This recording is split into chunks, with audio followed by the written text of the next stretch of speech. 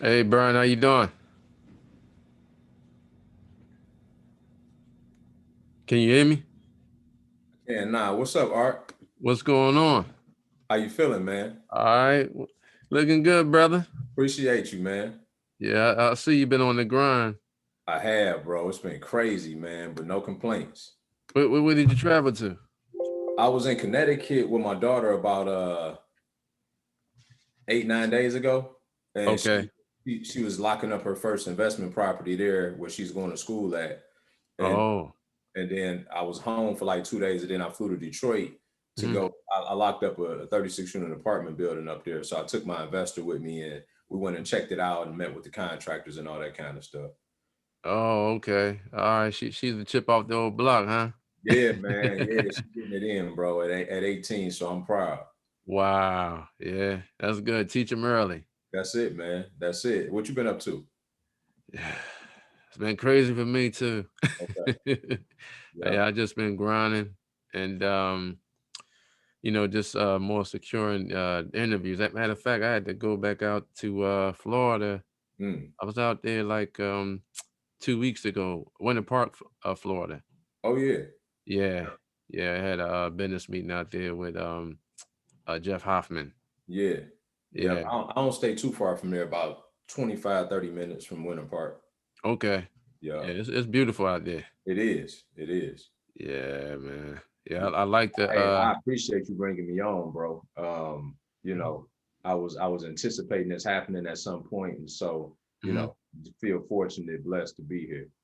Oh, most definitely, most definitely. You're doing some great things in the wholesaling space, and you definitely killing it in that arena. So Yeah. it's a lot of people that they definitely want to get involved in that space. But then I see a lot of people they moving over in that direction with getting into commercial real estate investing in apartment buildings. Yeah. Yeah. So, predominantly, I would say my claim to fame has been fix and flip, right? And Mhm. but we do wholesale, fix and flip, and cash flow. So we teach all three components in our program Mhm.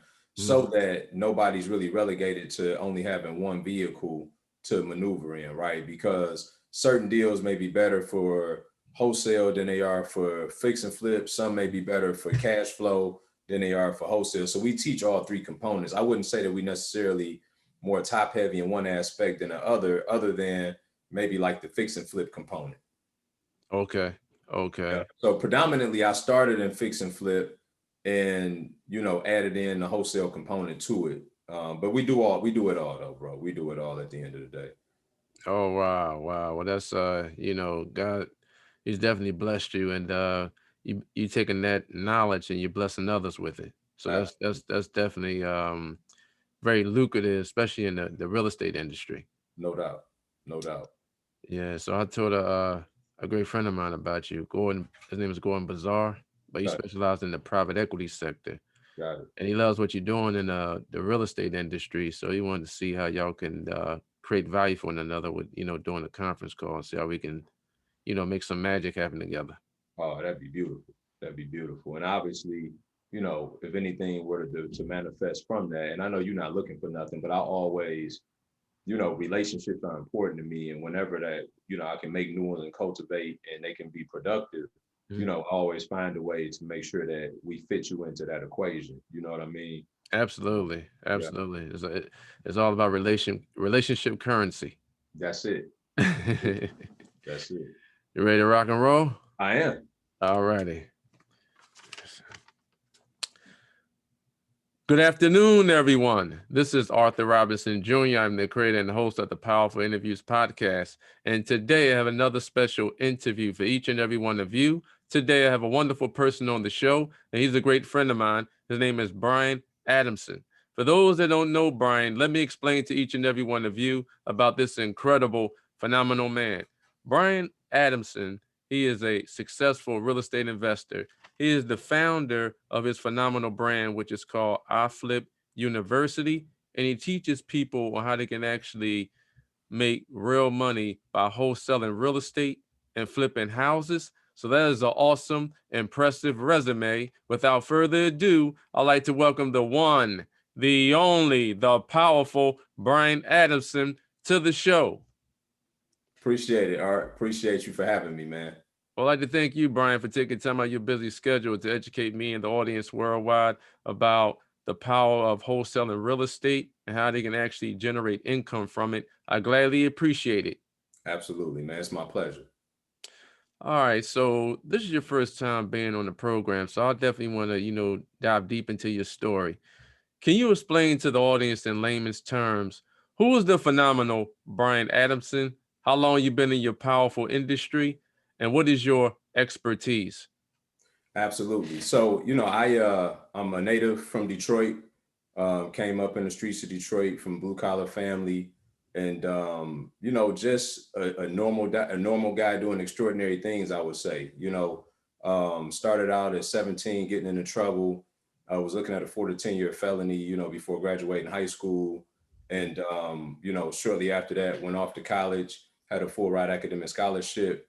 Lost it. Flunked out my freshman semester.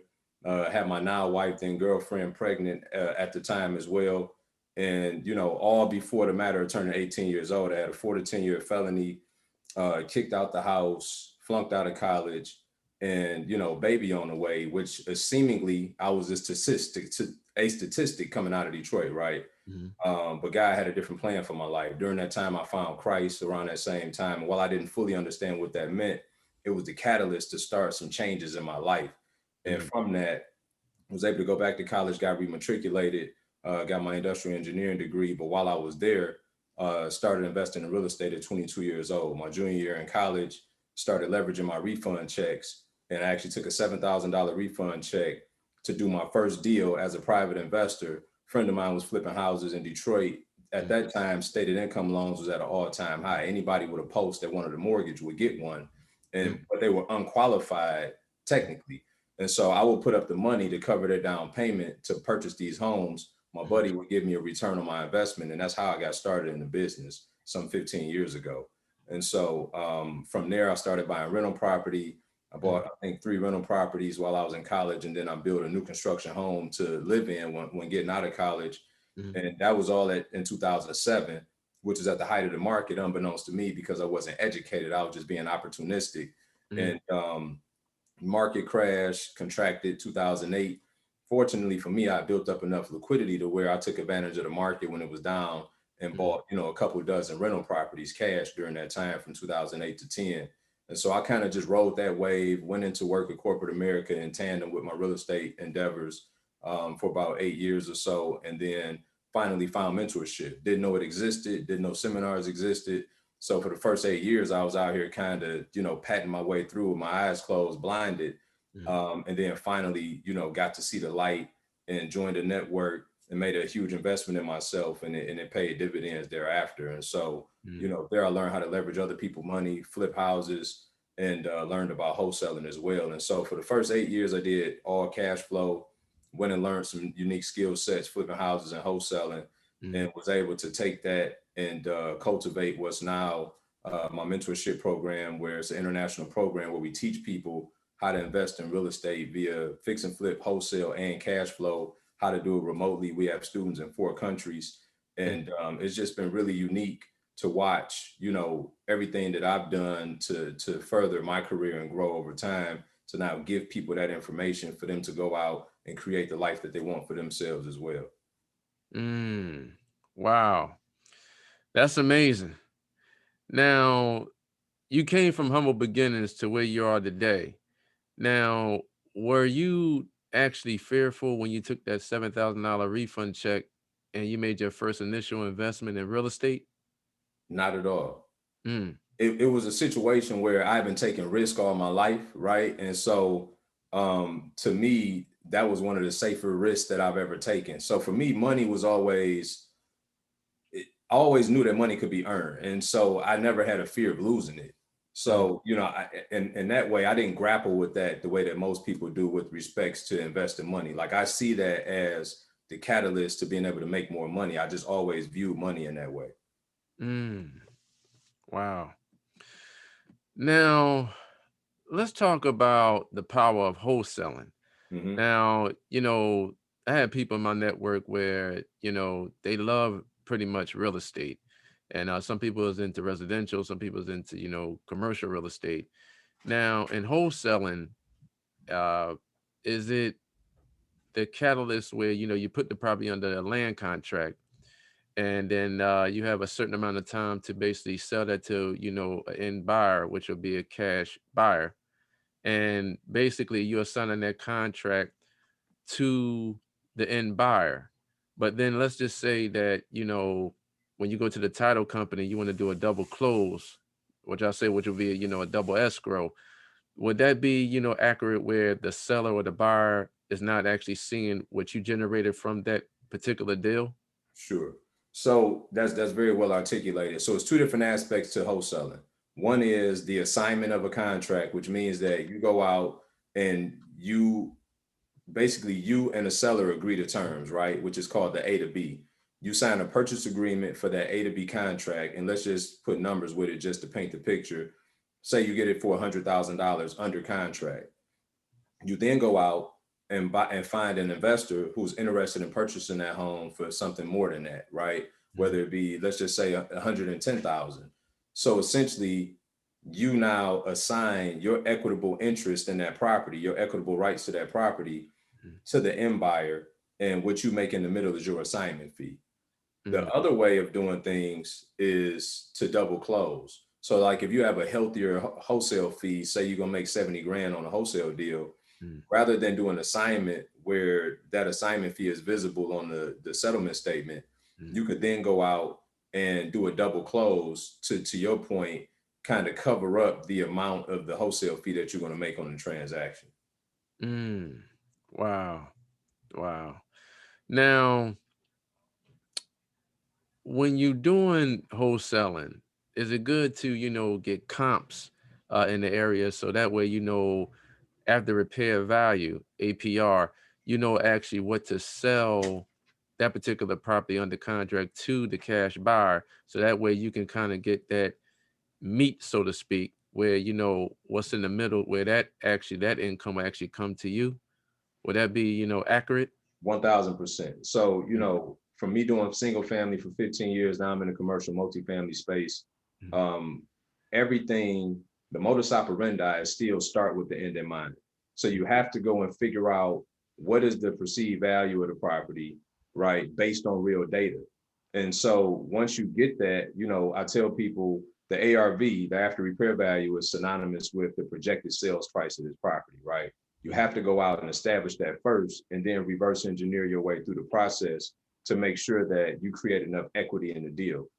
This is the reason why they say in real estate, we make our money when we buy, right? The sale consummates what we did on the purchase. If you don't get the after repair value correct on the front end, mm, then there won't be any margin left on the back end. So to your point, that's absolutely imperative. That is the starting point, is determining what the true comps are, what the after repair value is, and then determining, what you can do from a wholesale perspective thereafter. Now, you educate your students all across the globe on how they can actually, wholesale remotely. Mhm. Now, I know that, the traditional way, you have to go out to the bandit house, and you have to, go in the house and, look at all the repairs, and then, you do your markup from there. And then, once you actually get the property, up to speed, then you know what you can actually sell it for, and then that profit margin you actually make in the middle. Now, how is it different from going out to the physical property, which would be the real estate, residential property, whether it's, a row home, or, a single family home, or a twin?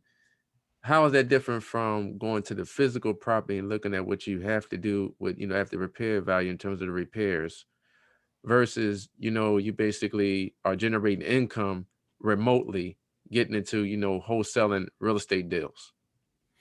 Yeah, I think that the remote aspect. So number one, when I started, I did everything in my backyard, just like every other traditional real estate investor, right? Because we don't even know that there's a way to do it remotely. It just Mm, so happens that I moved to Florida back in 2010 from Michigan, mm, and 90% of my investing is still in Michigan. So mm, I kind of defaulted into having to figure out a way in order to go and put these processes and systems and infrastructure in place to allow me to still invest in the markets that I want to, as opposed to being relegated to. So, for instance, things are uber competitive in the market that I'm in here in Orlando, and the profit margins just aren't great in a lot of cases. So, if I was Mm, relegated to this market, my business would be stagnant right now. It was stifled in a lot of ways.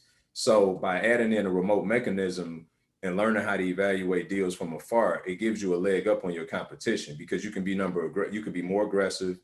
You're faster to the draw in most cases where it takes them time to go travel. If my agent sends me a property or my wholesaler even, and I can evaluate it quickly in a matter of 3 to 5 minutes and submit an offer, that person who's doing it the old school way is wasting too much time. I've already put my offer in by the time they got out to the property. mm, wow. Now,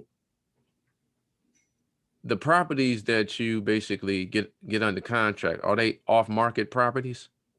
We do both. So we actually have a component of our program called wholesaling from the MLS. Hmm. And what that means is you take an existing opportunities on a multiple listing service and you're creating equity in those deals in order to wholesale them. So we have a student in Denmark recently, 22 years old. He's in Denmark, never been to the United States. He found a property in Detroit. He got it under contract for, I think it was 92,000. He did a price reduction to create the equity in the property down to 73,000 or 72,000. And he then went and sold it to another investor in our network for, I think it was 91,000. He made $19,000 on his first transaction, sight unseen, didn't have to spend any marketing dollars. All he had to do was take the deal on the MLS and create the equity in it. Mm, So we certainly look at, deals that are on market. A lot of wholesalers shy away from those. And I really still to this day, people can articulate to me why they say they don't like the wholesale deals on market. It mm, just sounds cooler to say I do all my deals off market, but money is money and it's present everywhere, right? right. So but yeah, we also do off market as well. So we have, a program where we teach you how to set up your marketing systems and channels and how to interview your acquisitions people and transaction coordinators and dispo people.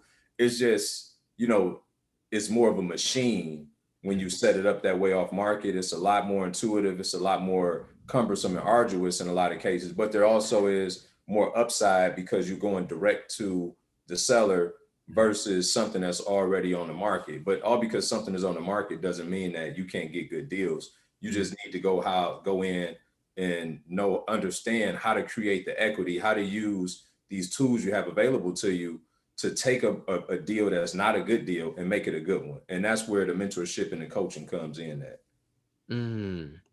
Now, the off-market properties that your students and you are investing in and will be investing in going to the future, that's basically for sale by owners.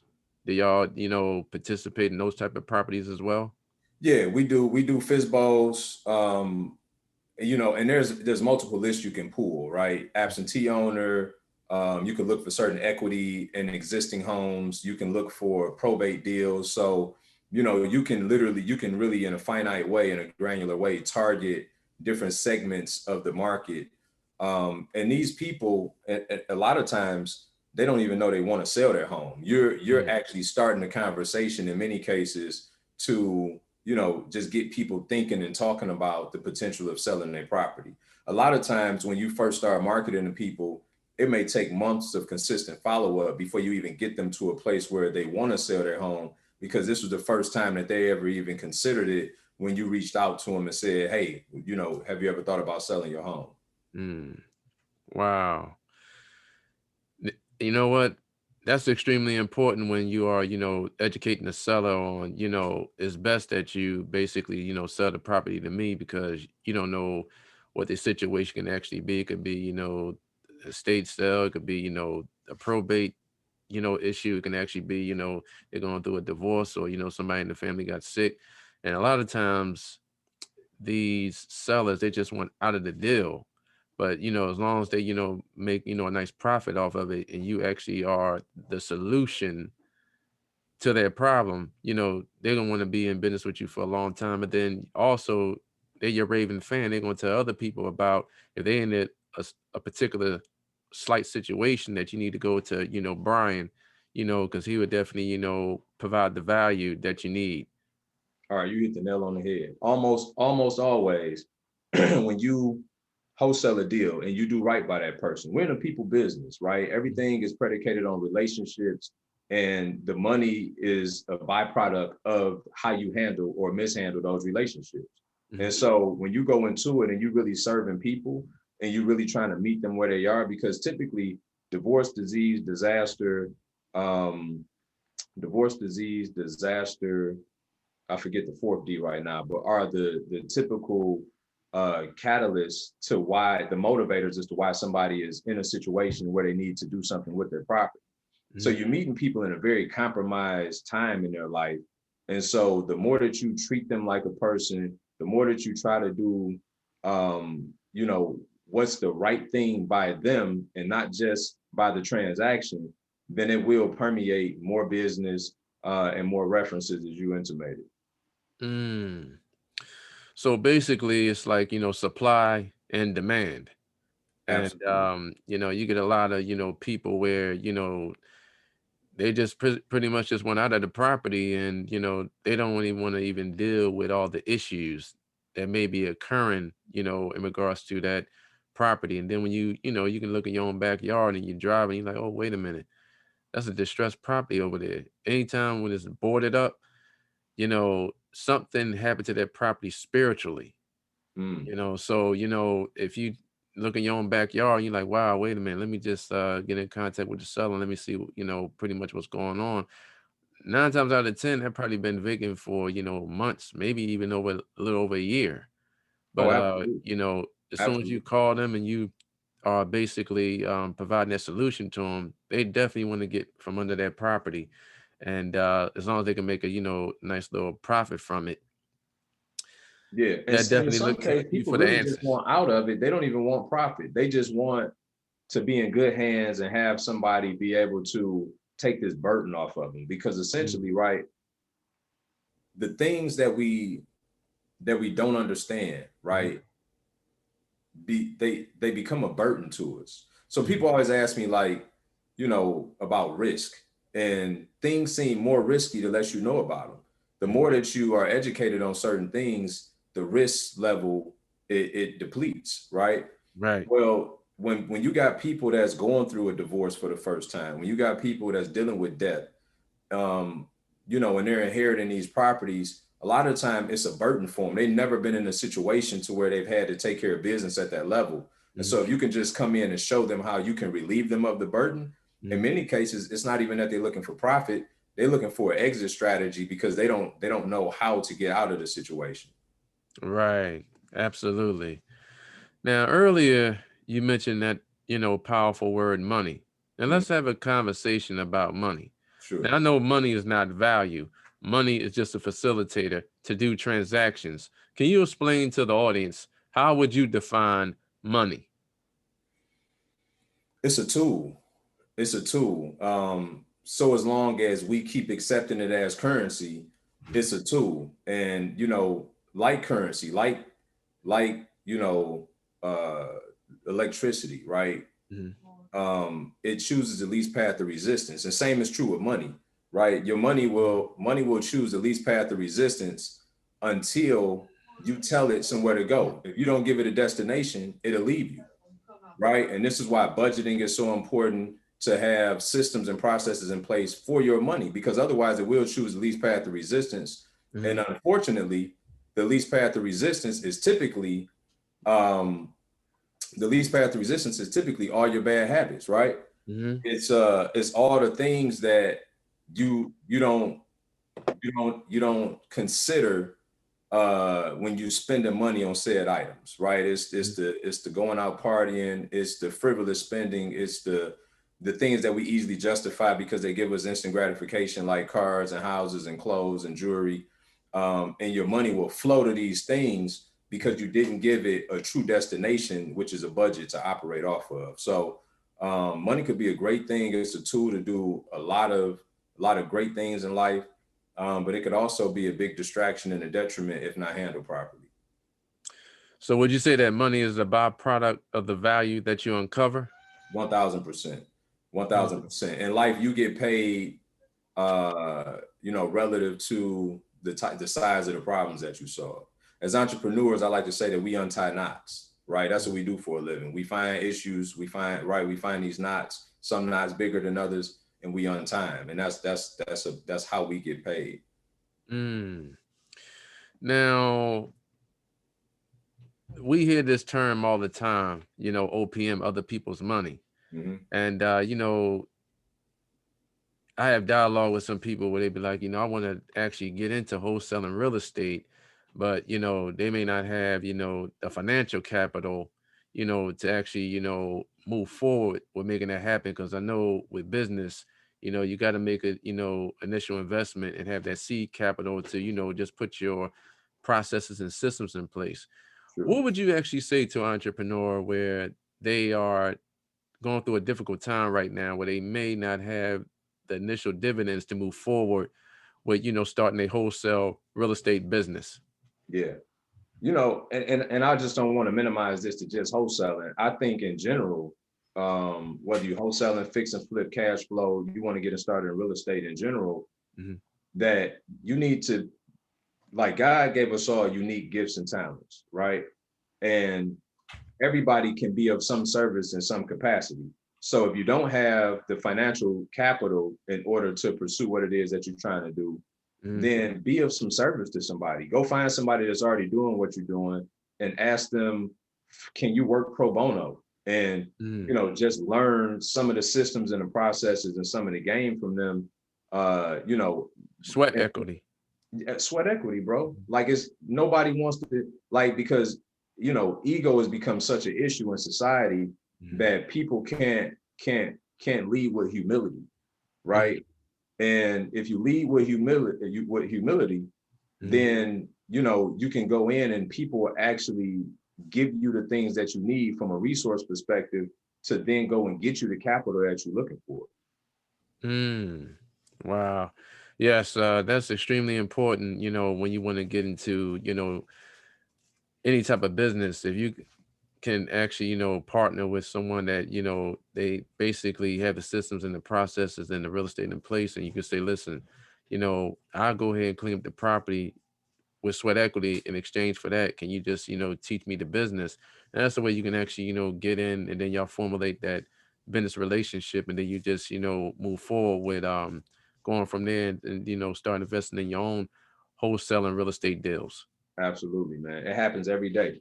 Like I said, it's just not popular to lead with humility, right? It's popular to be egotistical, like like society is just starting to become more of a societal standard. But if you Mm-hmm. show up humble and empty, man, people will fill you up. Like, I promise you that. You just got to show up with the right intentions and really try to add value, and people will reciprocate that. Mm. Wow. Brian, can you explain to the audience what is the best advice that you have ever received?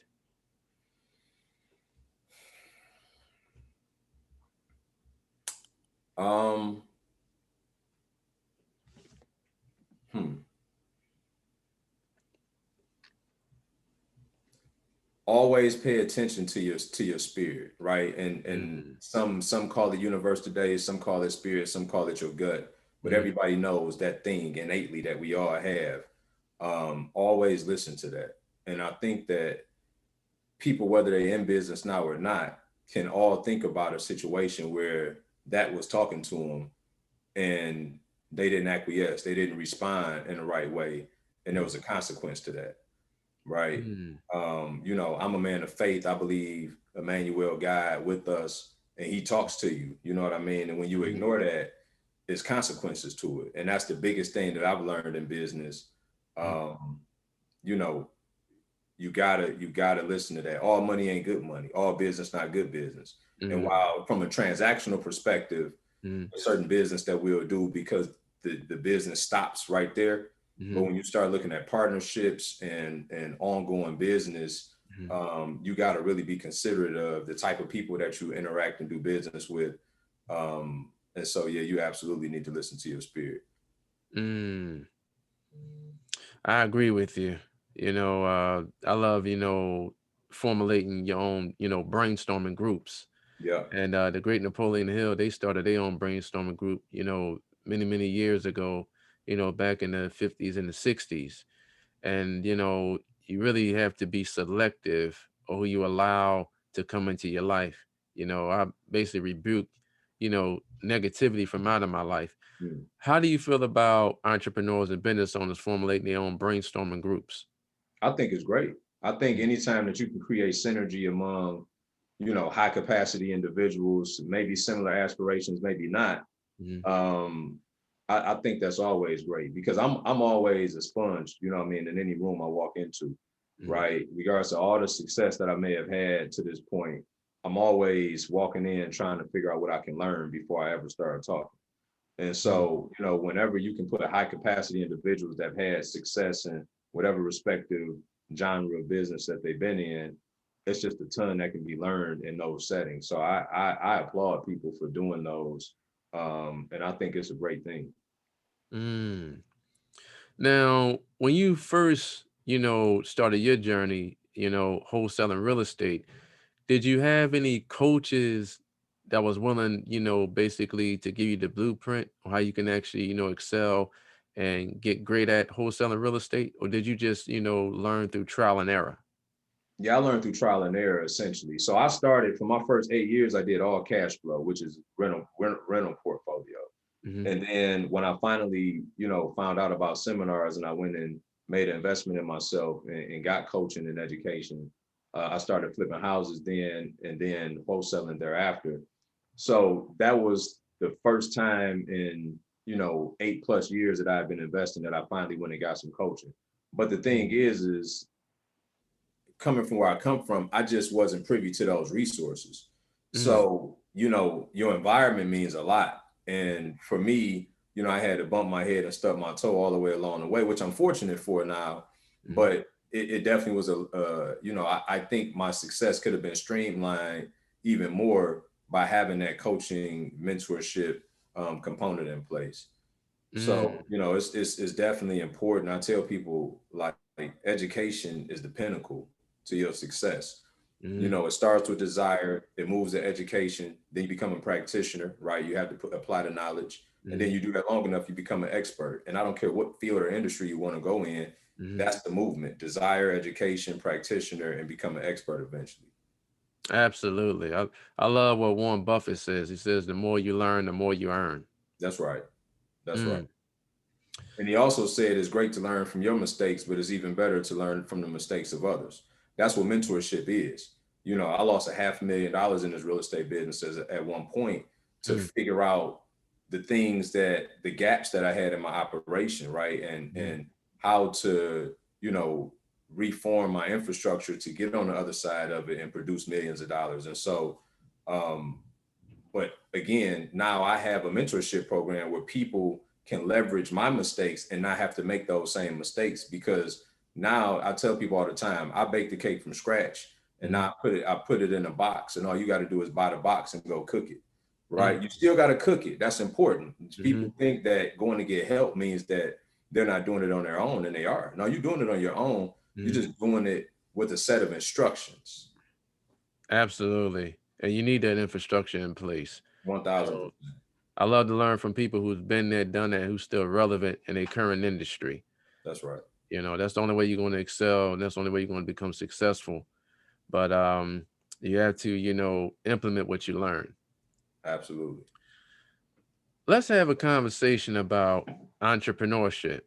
Now, the Mhm. word entrepreneur means entreprendre, and it was Latin word. It was invented in the 15th century in France. And a gentleman by the name of John Baptist, he invented the word, and over 300 years later, that word still exists, which is entrepreneur. So entre means between, and ponder means to take. So it means to take lower productivity and increase it to higher productivity. Can you explain to the audience how are you increasing your productivity in your real estate business? Eliminating distractions. Mm. I think that people will oftentimes confuse activity with productivity. Mm.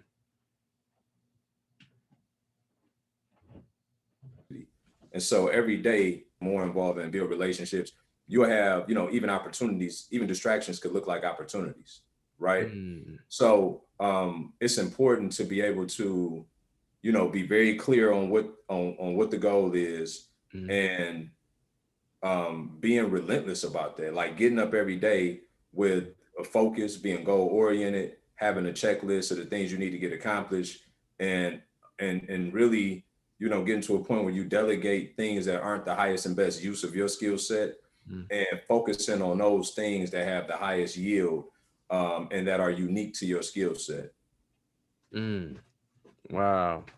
Now, you basically are into commercial real estate as well, Hmm. but investing in, into apartments. Hmm.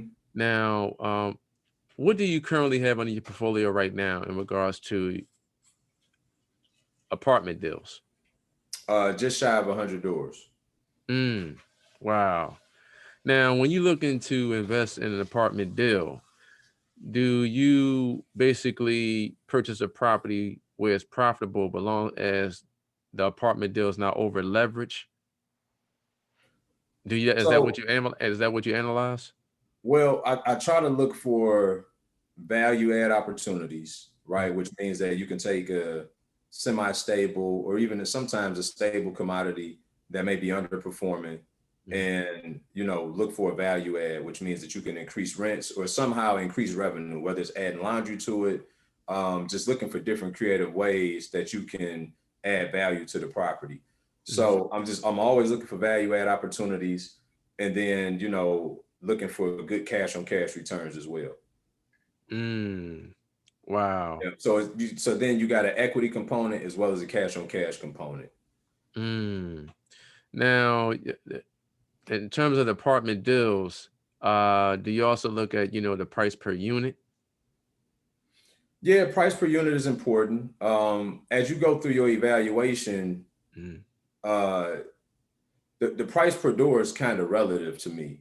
mm, Only because, once you figure out, once you, back to our conversation about ARV, mm, once you determine the actual value of the property, mm, then it divisible by whatever number of doors to give you your price per door, right? So it's really more so figuring out what is the true value of the property, and then the price per door is just divisible by, whatever number of doors that they are. But the most important piece is figuring out what's the current value of the property, and what is the as complete value of the property, right?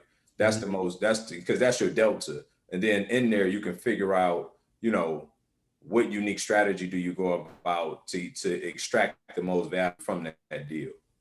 Mm. Now, let's talk about cap rates. Hmm. Now, capitalization rate, that's just a formula for yield and money. Hmm. Now, the lower the cap rate is, basically the higher the purchase price is going to be for that apartment deal. Typically, yes. The lower the cap rate means the less risky that particular property is. Now, Right. So people buy lower cap rates mhm, because there's less risk involved, which are typically higher priced, you know, pieces of real estate as well. Like for instance, your lower cap rates will be in A areas. Your higher cap rates will be in C or D or E areas, mhm. because it's more volatility to the investment, but that also produces a higher capitalization rate. Mm, wow. Now, the higher the cap rate is, that means that the purchase price is pretty much going to be just a little bit pricey. The higher cap rate, which would mean that typically those purchase prices will be lower. Right. Like if you're going into a D class area, you picking Mhm. up, you could pick up, say, 50 doors at, 1.5 million. Mhm. And then you go into an A area with 50 doors, and that could easily be $8 million. You know what I mean? So, Right. but you'll have the higher cap rate on the D area 50 doors than you would on the A area 50 doors. Mm, mm. That's powerful. Yeah. Brian, I appreciate you coming on my show today, because the whole premise of my show is to educate entrepreneurs and business owners on a national, international scale, that they can live the life that they truly desire, but they have to be open to these important principles. So I don't like what I see with some of the news, so I create my own news. I appreciate that, man. I appreciate you having me, and I love what you do, man. You know, bringing in a wealth of knowledge from all industries, just to feed the people, right? Because the information is power, but the applied information is even more powerful. And so I just, my prayer, my hope is that people take this and actually start taking action steps thereafter to go build what it is that they want. Absolutely. Now, let's talk about NOI, the net operating income. Hmm. Now, when you increase your net operating income, do you actually increase the value to that commercial apartment deal? Absolutely. Absolutely. So as you increase NOI, in direct result, the value of the property also increases. Mm, wow.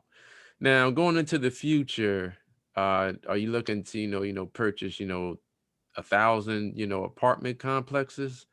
You know, So yeah, my 5-year plan is 2,000 doors over the next 5 years.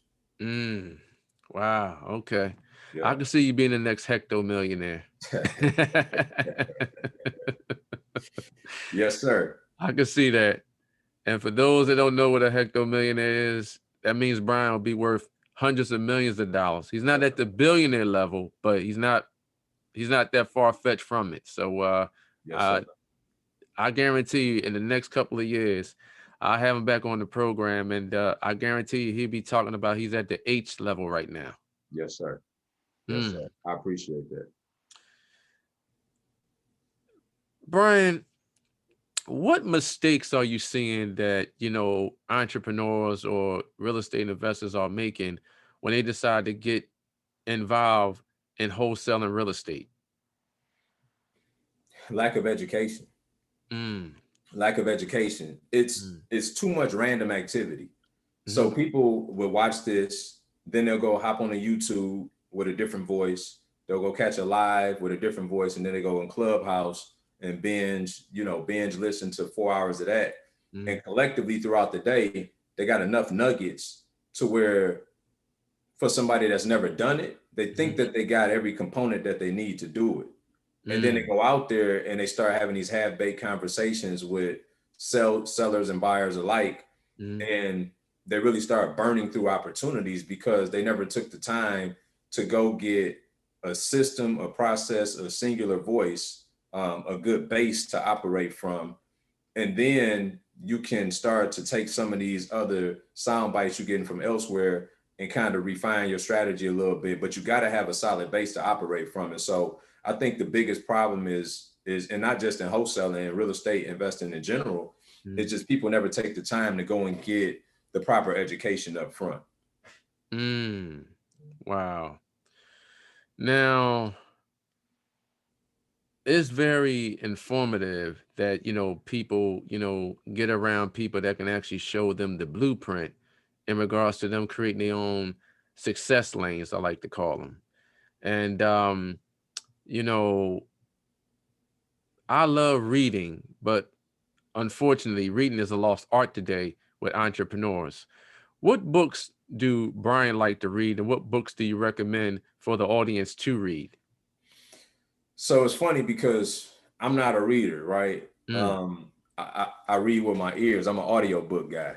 okay. So and I say that right, because it's a lot of people out there that say I'm not a reader. That's not good enough. Like you got to figure out a way to do it. And for me, it was audiobooks, Mm, because you have to go out and get the knowledge. There's so much valuable information inside books, as you know, and mhm, just saying that you don't like to read is not going to cut it. So I just wanted to kind of prefix my statement with that. mhm, Um, so, as I told you, I'm a man of faith. The Bible gives us the blueprint of life. So I read that daily. mhm, And then, from a intellectual perspective, I think everybody out there needs to read Think and Grow Rich at least mhm, once.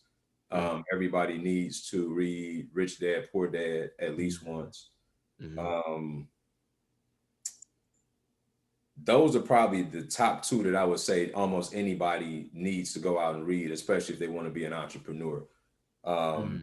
Because it's a lot of life lessons inside of Rich Dad Poor Dad outside of real estate, right? And as you mhm. know, Think and Grow Rich, I mean, it's something new every time you pick that thing up, and Yes. go through it. And so, Yeah, those will be the top two that I would say. And I read a myriad of other things.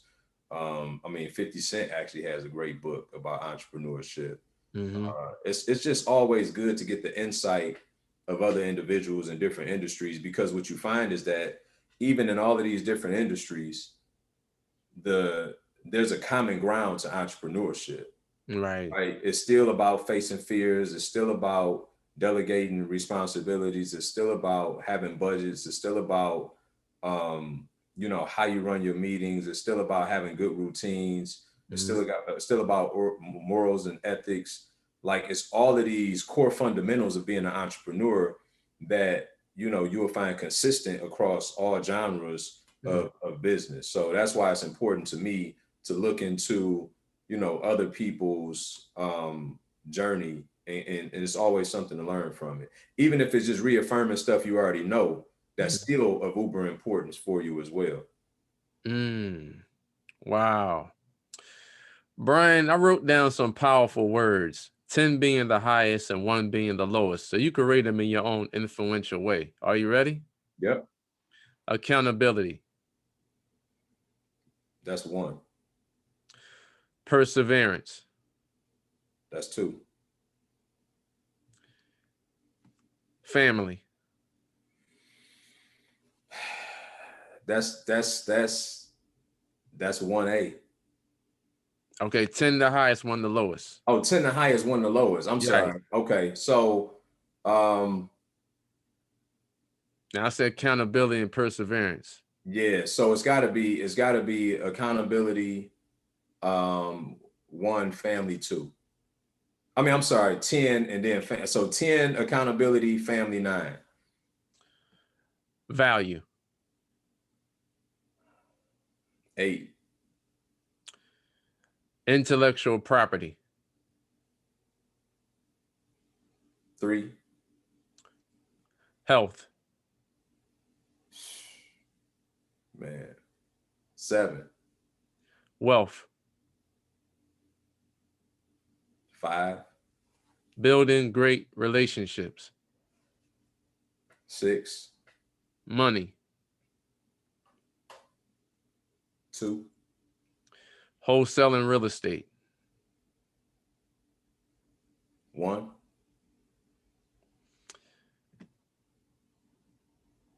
brainstorming groups, 4. entrepreneurship, 6. love,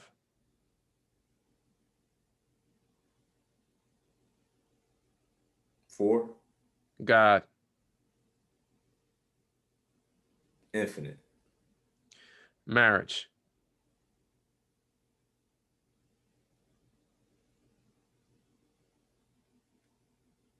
9. kindness, 8. humility, 9. integrity, 9. honor, 7. respect. 9. All right, that was good. That was real good, Brian. Can you explain to the audience exactly where they can find you? So they can find me at brian-adamson.com. And then they can also find me, on Instagram at Brian, BRIAN _ Adamson 1. Mm. To everybody that's listening and watching right now, follow the phenomenal Brian Adamson. Now, if you had a man or a woman that actually, wanted to, be mentored by you and want to become an apprentice, Mm-hmm. are you open to that? And if you are, how can they actually get involved with that? Sure. So I am open to that. Our apprenticeship program is still open. We only take a very select few of students on a monthly basis. Mm. So it's an intimate setting. There is an interview process just to make sure that there's a mutual fit, because we're looking for certain types of individuals that check off a lot of that list that you just named out, right? And so we just find that the best students come from having a multitude of those qualities about them. Because I tell people all the time, if you only learn real estate from me, I failed you somewhere. You're gonna learn life skills. You're gonna learn about family and honor and integrity and accountability and all of these other intangibles that it takes to really be successful, not only in business but in life. But yeah, they can essentially reach out to me on Instagram at Brian Adamson one, or they can go to brian-adamson.com and they can go through the process there as well. It's a button for them to click about the apprenticeship program. Mm. Brian, I want to actually tell you once again, I'd like to thank you for taking time out of your busy schedule to educate me and the audience worldwide about entrepreneurship and about the true definition of people that want to get involved in wholesaling real estate. I gladly appreciate it. You are a gift from God. Appreciate you, Art. Appreciate it, man. To everyone that's listening and watching right now, I highly recommend get involved with the phenomenal Brian Adamson. You hear the passion that came on. You hear the passion that came through his voice on my show today. He broke down layman's terms about how to really get involved with your whole state real estate business and the processes and the systems that you have to put in place in order for you to become successful. Go to his website and actually Google him. Brian Adamson, Brian Adamson, Adamson. He has phenomenal content that could take your mindset and your real estate business to a whole nother level. But remember, you have to implement what you learn. Knowledge is not power. The implementation of knowledge, that's what makes it become powerful. Before we sign off, Brian, can you explain to the audience going into the future, do you think about doing your own live events or live real estate seminars? I did do them at one point for a couple of years before COVID. And then we found a way to pivot and go online during COVID. And then I just got really busy with my one-on-one students as well as, building out my commercial multifamily portfolio. And so I scaled back from doing the live events. Mhm. Uh, it's a possibility. I think if I did them in the future, it would be more of a collaboration, similar to a mastermind type of thing. I don't know if I would do the old model that we used to fly people from all over the world and take them out on buses and teach them the real estate game and the practicality in person. Mhm. I don't know if that's my appetite currently, but I could certainly see collaborating with some other individuals and just feeding people in that capacity. Okay. All right. Yes. Now, since some of the cities and states are opening up, due to the pandemic, some entrepreneurs and business owners took a hit with live events and live seminars.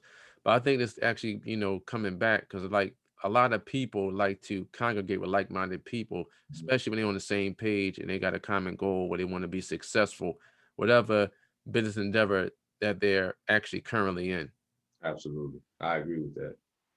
Networking is if education is the apex, networking is right under that, right? Mhm. Because you know people sit around and they pray for things all the time, right? Mhm.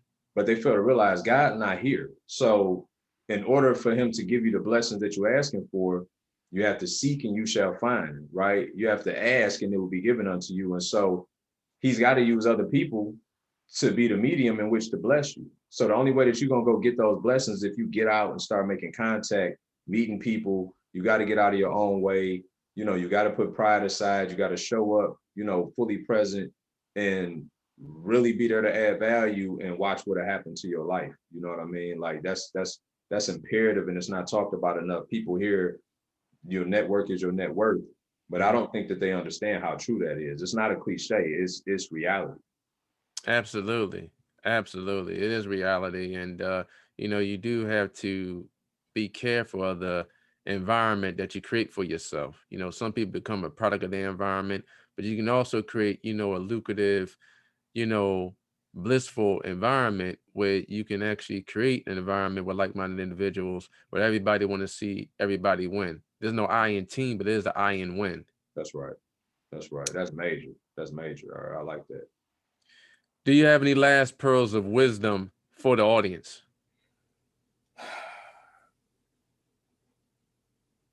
What I would say to everybody is we all got potential, but then we also have a purpose.